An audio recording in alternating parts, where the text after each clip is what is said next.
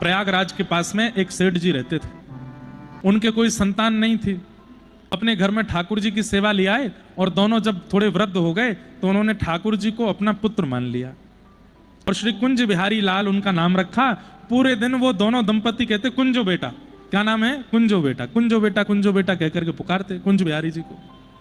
गांव के लोगों ने जाकर के समझाया, बोले कि भैया इतना बड़ा तुम्हारा भवन है, इतनी संपत्ति है, इसको किसी के नाम कर जाओ। बोले कर दिया। बोले किसके? बोले कुंजो बेटा के नाम कर दिया।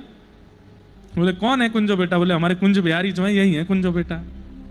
तो गांव के लोग हंसने लगे, बोले भैया ये कोई बात थोड़ी है, आप ठीक है आपकी भावना से आप ठाकुर जी को अपना पुत्र मानते हो, पर ये थोड़ी मतलब होता है कि सारी जो संतान के साथ गतिविधि होती है सब आप इनके साथ करो। तो बोले क्या बुराई है, हम तो कर सकते हैं।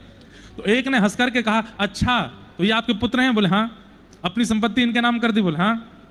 तो फिर पुत्र को भी धर्म निभाना चाहिए? तो बोले वो निभाएंगे, आपकी मृत्यु हो जाएगी तो अंतिम संस्कार करने आएंगे ये। दोनों सेठ जी और सेठानी जी थोड़े से रुके, ठाकुर जी की ओर देखा, थोड़ा मन में घबराहट हुई, बोले अब ये कैसे हम बोले। लेकिन सेठ जी ने विश्वास करके ठाकुर जी की ओर देख के बोला हाँ यही आएंगे हमारा अंतिम संस्कार करने। गांव के लोग चले गए। कुछ वर्षों बाद सेठ जी के प्राण चले गए। पूरे गांव के लोग इकट्ठे हो गए, सब लोगों ने उनकी अर्थी आदि बनाई। कोई संतान तो थी नहीं, लेकिन बहुत सारे बच्चों का वहां जमावड़ा लगा, सब रोने लगे। गांव के लोगों ने कहा तुम सब बच्चे क्यों रो रहे हो? बोले हमें दूध पिलाते थे। कोई बालक बोला हमें मीठा खिलाते थे। कोई बालक बोला मुझे रेवड़ी खिलाते थे। सब बालक वहां आए तो गांव के लोगों ने कहा भाई ये गांव के सब बालकों को अपने यहाँ बुला के बहुत प्रेम देते थे, इसलिए गांव के सब बालक इकट्ठे हो गए, इनमें से ही किसी बालक से संस्कार करवा देंगे इनका। एक बालक उनमें था जो बहुत तेज रो रहा था।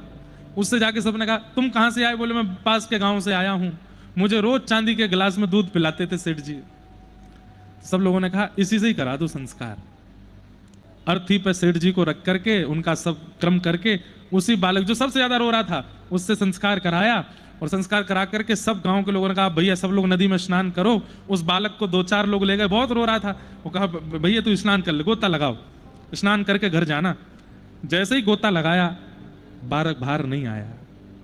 सब गोताखोरों ने ढूंढा, पूरी नदी छान मारी, लेकिन वो बालक नहीं मिला। गांव के लोग बोले ये कहीं कुंज बिहारी जी तो नहीं आए थे? अरे दौड़ करके मंदिर में चलो। सब दौड़ करके कुंज बिहारी जी का दर्शन करने गए तो क्या पाया कि श्री कुंज बिहारी जी के समस्त वस्त्र और मुकुट सबसे नदी का जल गिर रहा था। पूरे भीगे कुंज बिहारी लाल वहीं खड़े थे। संस्कार करके गए, सब देखते रह गए। संसार से संबंध बनाने में हमारी बड़ी रुचि है, पर ठाकुर जी से संबंध हमारा बन नहीं पाता।